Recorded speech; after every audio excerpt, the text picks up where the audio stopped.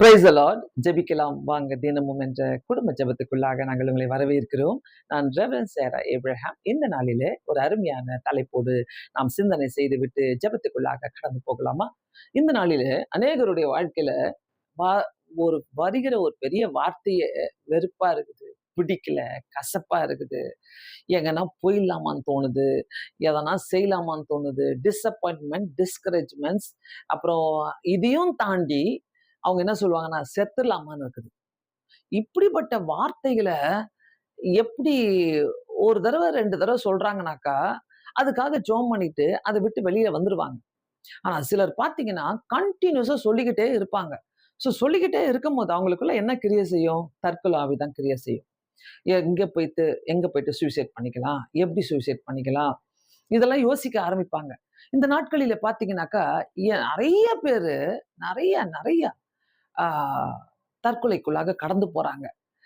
ட்ரெயின்ல மாட்டிக்கிறது, இல்ல ஆக்சிடென்ட்ல போய் சாகுறது, இல்ல மேலேருந்து குதிக்கிறது. முக்கியமா இந்த வியாபாரம் செய்கிறவங்க, தொழிலதிபர்கள், அவங்களுக்கு நஷ்டங்கள் ஏற்பட்டா போயிட்டு மேலேருந்து குதிக்கிறது.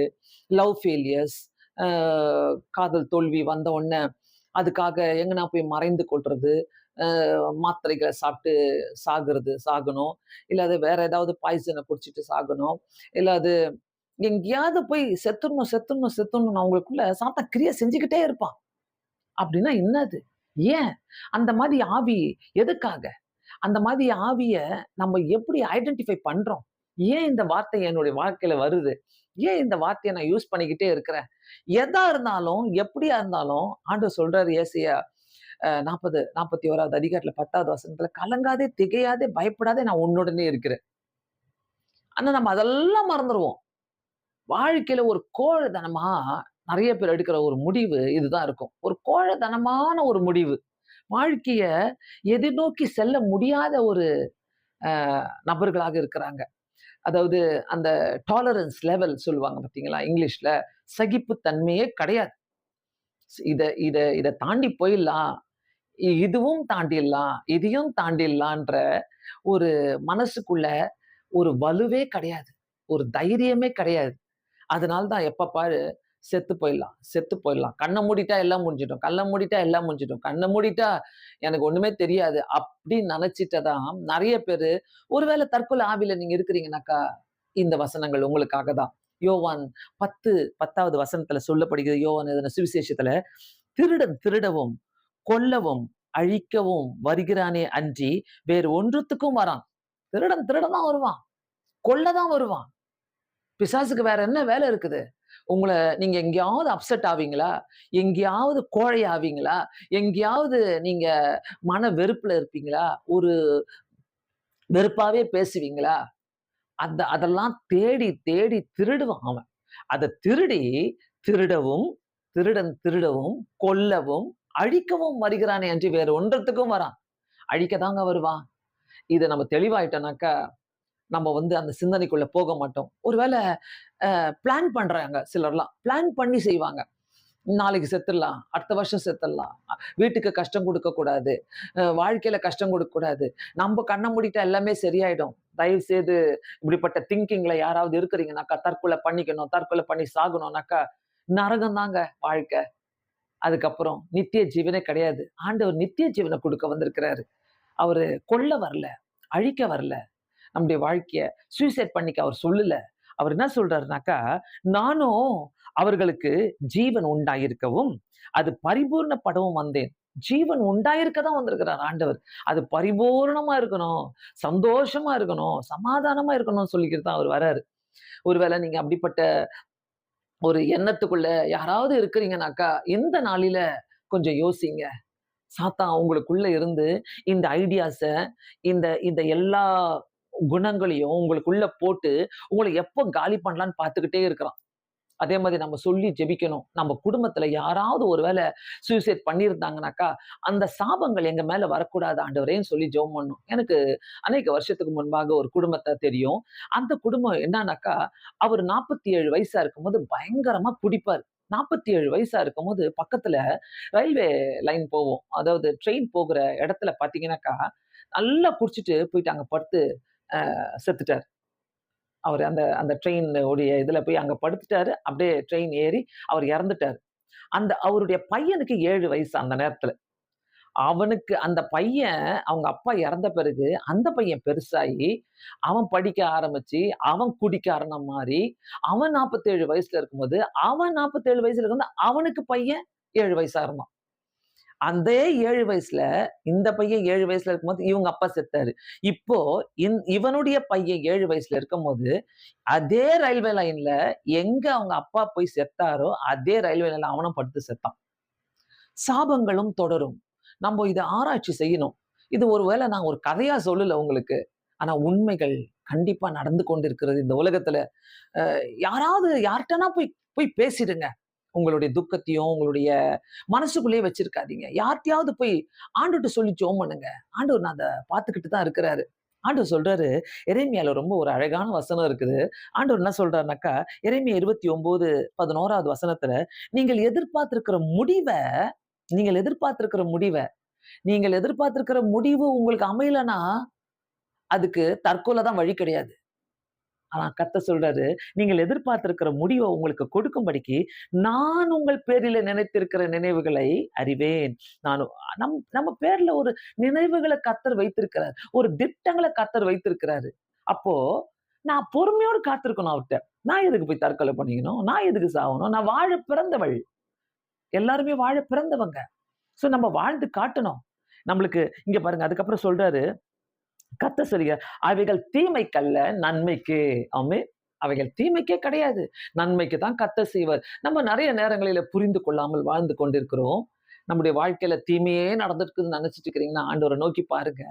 தற்கொலை செஞ்சுட்ட பிறகு நித்திய ஜீவன் கிடைக்குமா? அந்த பரலோகம் போய் நம்ம சேர முடியுமா? இதெல்லாம் யோசிக்கலாமே. அப்புறம் உங்களுடைய சந்ததி எப்படி ஆகும்? என்ன ஆகும்? என்ன நடக்கும்? நல்லா படிச்சிருப்பாங்க. நல்ல வேலை செஞ்சிருப்பாங்க. நல்ல நல்ல பெரிய படிப்பு படிச்சு, அம் அவங்க நல்லா சம்பாதிப்பாங்க. ஆனா ஒரு சின்ன லவ் ஃபெயிலியர் வந்துட்டா, ஓடி போய் செத்துருவாங்க. ஒரு சின்ன பிரச்சனை யாராவது திட்டிட்டாங்கனாக்கா, ஓடி போய் தற்கொலை பண்ணிப்பாங்க. டாலரன்ஸ் லெவல் சகிப்புத்தன்மை. ஆண்டவர் சிலுவையில எவ்ளோ சகித்தார் நமக்காகல்ல? நமக்காக எவ்ளோ சகித்தாரு ஆண்டவரு. ஆண்டவர் கேட்டாரு. ஆண்டவரே நான் பொறுமையா இருக்கேன். எனக்கு உதவி செய்யுங்கன்னு சொல்லி கேட்டாரு. தயவு செய்து உங்க வாழ்க்கைய முடிச்சுக்காதீங்க. தயவு செய்து அப்படிப்பட்ட ஒரு நிலைமைக்குள்ள போயிடாதீங்க. தயவு செய்து தற்கொலை ஒரு சூசைட் பண்ணிக்கணும் என்ற ஆவி உங்களுக்குள்ள ரொம்ப விளையாடிட்டு இருக்குதுனாக்கா, அந்த ஆவிய ஆண்டவர்ட்ட ஜெபம் பண்ணி தொரத்துங்க. பக்கத்துல யாராவது பாஸ்டர்ஸ் இருப்பாங்க. ஏதாவது ஒரு சர்ச் இருக்கும். அங்க போயிட்டு நீங்க போய் பேசுங்க அவங்க கிட்ட. எனக்கு இது மாரி தோணிக்கிட்டே இருக்குது. நீங்க மேற்கொள்ள முடியும் இத. இந்த தற்கொலை ஆவிய நீங்க மேற்கொள்ள முடியும். தற்கொலை ஆவி உங்கள மேற்கொள்ளக்கூடாது. நீங்க தற்கொலை ஆவிய மேற்கொள்ள முடியும். யோசிக்கலாம். தயவு செய்து யோசிக்கலாம். நீங்க அப்படி சான்ஸ் குடுத்துறாதீங்க உங்களுடைய வாழ்க்கையில. அதுதான் முடிவு கிடையாது. நம்ம அதுக்காக பிறக்கல. நம்ம அதுக்காக வாழல. அதுக்காக நம்ம பேரண்ட்ஸ் நம்மள இதுக்காக நம்ம படிக்க வைக்கல. தயவு செய்து யோசித்து செயல்படுங்க. அப்படிப்பட்ட ஆவி உங்கள விட்டு நீங்கட்டும். திருடன் திருடவும், கொல்லவும், அழிக்கவும் வரான். கர்த்தர் நம்மளுக்கு பரிபூர்ண வாழ்க்கைய கொடுக்க வந்திருக்கிறாரு. இந்த நேரத்துல எப்படியாவது கொஞ்சமாச்சும் யோசித்து, உங்க கண்ணீரெல்லாம் துடைக்கிறதுக்கு ஒருத்தர் இருக்கிறாரு. உங்க கவலை, கஷ்டம் எல்லாத்தையும் துடைக்கிறதுக்கு ஒருத்தர் இருக்கிறாரு. அவர்கிட்ட போய் நீங்க சொல்லிடுங்க. ஆண்டவரே, மனசு ரொம்ப பாரமா இருக்குது. ஆண்டவரே, எனக்கு என்ன பண்றதுன்னு தெரியல. நான் செத்துடணும்னு தோணுது எனக்கு. எனக்கு விடுதலை தாங்கன்னு கண்டிப்பா கேட்பாருங்க ஆண்டவரு. நம்மள அவர் அழிக்க வரல. ஜீவன் கொடுக்க வந்திருக்கிறாரு. யோசிக்கலாமா? தயவு செய்து இப்படிப்பட்ட வெறுப்பின் ஆவிகள், கசப்பின் ஆவிகள், தற்கொலையின் ஆவிகள் என்னை விட்டு போகட்டும் ஆண்டவரே. வேண்டாம் அப்பா. எல்லாமே நீங்க நன்மைக்கு செய்கிற தேவனா இருக்கிறீரே. அந்த நன்மைய நான் அனுபவிக்கணும்னு சொல்லி, இன்னைக்கு ஒரு நாள் கேளுங்களேன். அந்த ஆவி உங்கள விட்டு போட்டும். வேண்டாம். யாரா இருந்தாலும், எங்க இருந்தாலும், இந்த வார்த்தை உங்ககிட்ட வருதுனாக்கா, மாத்திக்க ட்ரை பண்ணுங்க. இந்த ஒரு நிமிஷம் யோசிங்க தயவு செய்து. இந்த ஒரு நிமிஷம் இந்த வார்த்தை உங்களோடு கூட பேசட்டும். கண்டிப்பா பேசட்டும். கர்த்தர் உங்களோடு கூட பேசிட்டு இருக்கிறார் இந்த வார்த்தையின் மூலமாக. சூசைட் தான் முடிவு கிடையாது. தற்கொலை ஒரு முடிவே இல்ல. கர்த்தர் ஜீவனை கொடுக்க வந்திருக்கிறார். தீமைக்கல்ல, நன்மைக்கு. கண்களை மூடி ஜெபிக்கலாமா? பரலோக பிதாவே, உமக்கு நன்றிகளை செலுத்துகிறோம் ஆண்டவரே. இந்த உலகத்துல நெறைய பேர் ஆண்டவரே தற்கொலைக்கு தங்களை ஒப்புக் கொடுத்து இன்னைக்கு காணாம போயிட்டாங்க ஆண்டவரே. எசப்பா, ஆண்டவரே அப்படி தற்கொலை பண்ணிக்கணும். வாழ்க்கைய முடிச்சுக்கணும். வாழ்க்கை வேண்டாம். வாழ பிடிக்கல. கசப்போடு, வெறுப்போடு, இது எனக்கு நடக்கலையே. லவ் ஃபெயிலியர் ஆயிடுச்சே. நான் எப்படி ஃபேஸ் பண்ணுவேன்? பண கஷ்டம் வந்துருச்சே, நான் எப்படி ஃபேஸ் பண்ணுவேன்? ஆண்டவரே குடும்பத்துல இவ்ளோ அவமானம் இருக்குதே, நான் எப்படி ஃபேஸ் பண்ணுவேன்னு சொல்லிட்டு அங்கலாய்த்து கொண்டு இருக்கிறாங்கனாக்கா, இயேசு ராஜாவே, சிலுவையில எங்களுக்காக மரித்து உயிர்த்தெழுந்தவரே, அந்த ரத்தத்தை நாங்க தெளிக்கிறோம். இந்த நேரத்துல யாருக்கெல்லாம் இந்த வசனம் தேவையோப்பா, யாருக்கெல்லாம் ஆண்டவரே ஒரு பெரிய பிடியில இருந்து அவங்க இருக்கிறாங்களோ, அவங்கள வெளிய கொண்டு வாங்க ஆண்டவரே. ஏசப்பா, அவங்கள அழிக்க வேண்டாம் ஆண்டவரே பிசாசு. நீர் ஜீவன கொடுக்க வந்தீர் ஆண்டவரே. இந்த வார்த்தைகள அவங்க காது உள்ள போய் கேட்கட்டும் ஆண்டவரே. அவங்க லைஃப போல்டா, தைரியமா ஃபேஸ் பண்ண அவங்களுக்கு தைரியத்த குடுங்க ஆண்டவரே. தைரியமா ஃபேஸ் பண்ணட்டும் ஆண்டவரே. எதா இருந்தாலும் கர்த்தர் பார்த்துக் கொள்வார். கர்த்தர் என்னோடு கூட இருக்கிறார் என்று சொல்லட்டும். எங்கெங்க யார் யார் இந்த மாதிரி மைண்ட்ல இருக்கிறாங்களோ, இயேசுவின் நாமத்தினாலே அப்பா இந்த வார்த்தைகள் தொடட்டும் ஆண்டவரே. அவங்க மாத்திக்கிட்டோம் இயேசு சுவாமி. நாங்க நெறைய சாட்சிகள கேட்கணும் அப்பா. ஆண்டவரே, இந்த உலகத்தில சுற்றி உலாவிக் கொண்டிருக்கிற எல்லா சூசைட் ஆவிகளையும் ஆண்டவரே, பாதாளத்தில நாங்கள் கட்டுகிறோம். வேண்டாம்ப்பா. யார்கிட்டயும் போக வேண்டாம் ஆண்டவரே. சுவாமி உம்முடைய யார் யாரெல்லாம் நீர் அழைத்திருக்கிறீரோ, யார் யாரெல்லாம் நீர் விரும்புகிறீரோ, நேசிக்கிறீரோ, மீட்டுக் கொள்ளுங்க ஆண்டவரே. எல்லாரையும் நீர் மீட்டுக் கொள்ளுங்கப்பா. ஆண்டவரே உம்முடைய அன்ப காட்டுங்க. உங்க அன்ப ருசித்து பார்க்கட்டும் ஆண்டவரே. பேசுங்கப்பா. இயேசுவின் நாமத்தினாலே வேண்டிக் கொள்கிறேன் பிதாவே. ஆமென்.